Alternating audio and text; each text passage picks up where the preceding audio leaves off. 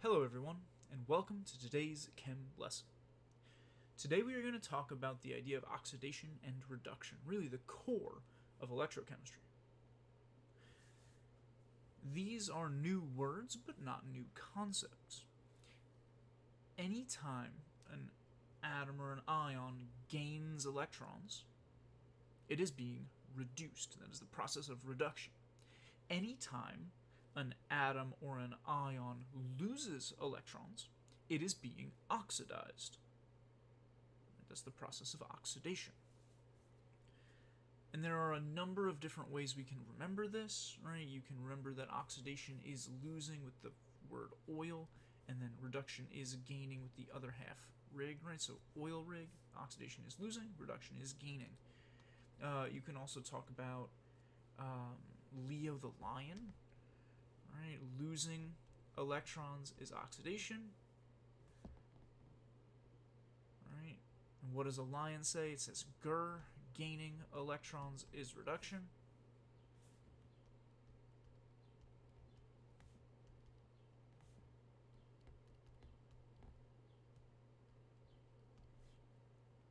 However you want to remember it, it is just the process of gaining or losing electrons. If we think back to our talk on the periodic trends, though, we cannot have an atom or an ion that just randomly gains an electron. There's no electrons that just randomly float around. In order for one ion or one element to gain electrons, a different element or ion must lose electrons. There must always be a give and a take. And that leads us to the second pair of definitions. An element that has been oxidized is the reducing agent. Right? By losing electrons, it allows something else to gain electrons. An element or an ion that has been reduced is the oxidizing agent. Right? Because by gaining electrons, by taking electrons, it allows something else to lose electrons and be oxidized.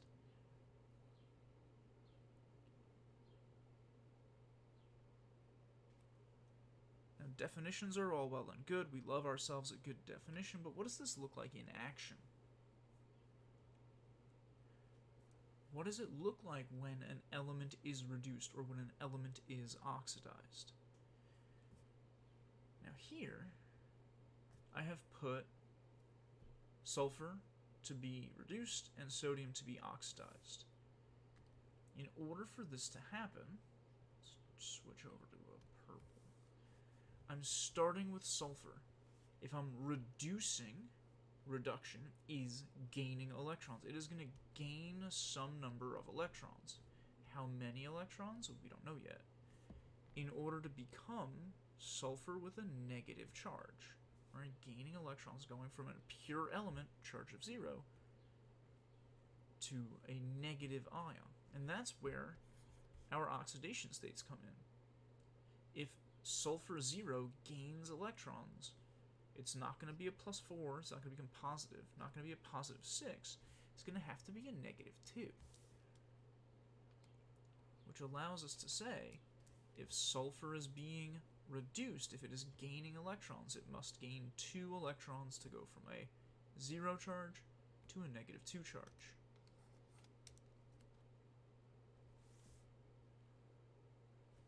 Reduction always puts electrons on the left side of the arrow.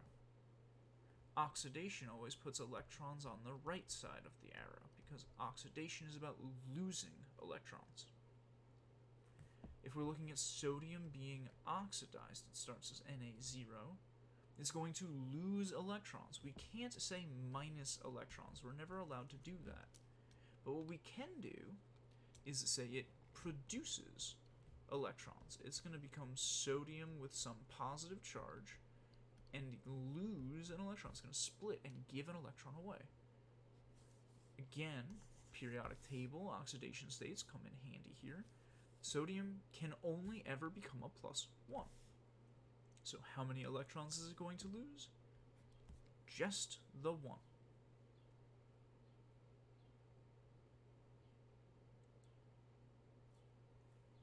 In our next video, we're going to refer to these as half reactions because, like we said before, oxidation can't just happen. Sodium isn't just going to throw electrons out into the ether and hope that something picks them up.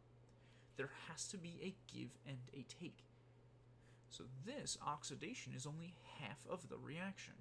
There would need to be a corresponding reduction.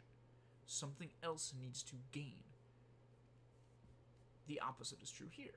For the sulfur, sulfur can't just pull electrons out of nowhere. They don't exist in thin air.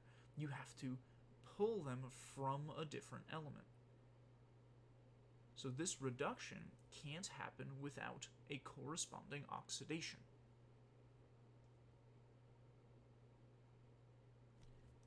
Later on in our following video, we're going to talk about how we can take half reactions and combine them together to get full reactions. But for right now, the thing I want you to focus on is writing these half reactions. Can you figure out the appropriate half reaction to use? These ones are particularly tricky. And we'll talk about them after the fact. So, pause the video, take some time, try to write out the following half reactions. Use your periodic table, use your reference table, use the knowledge that you have.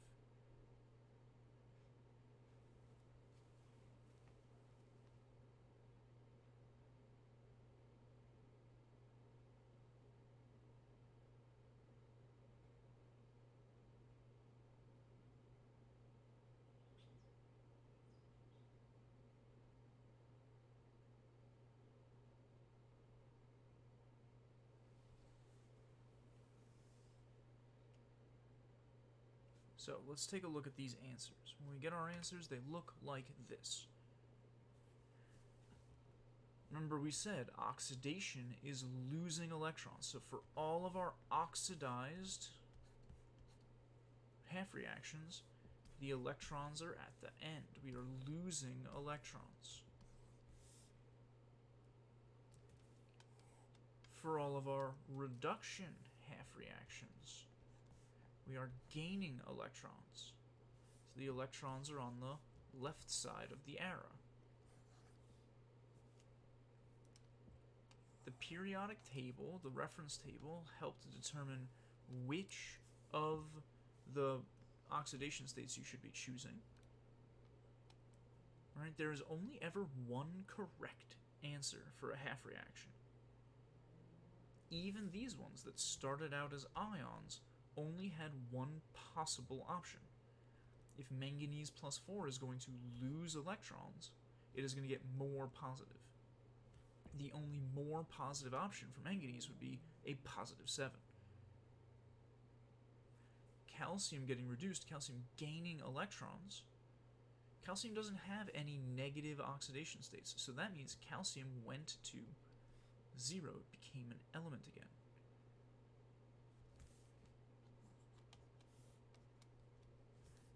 Now these examples gave you diatomic elements, Cl2 and H2. When a diatomic element gets reduced or gets oxidized, the result, the product, cannot be H2 with a plus or Cl2 with a minus, because these are polyatomic ions. And they do not exist, right? There is no H2 with a plus. There is no Cl2 with a minus. You can check table E for those, but they're not on there. When you have a diatomic element like this getting oxidized or getting reduced, instead of forming these polyatomic ions, it will break down into individual ions. We're going to get 2 Cl minuses if we reduce a Cl2. We're going to get 2 H pluses if we oxidize an H2, 2 H minuses if we reduce an H2.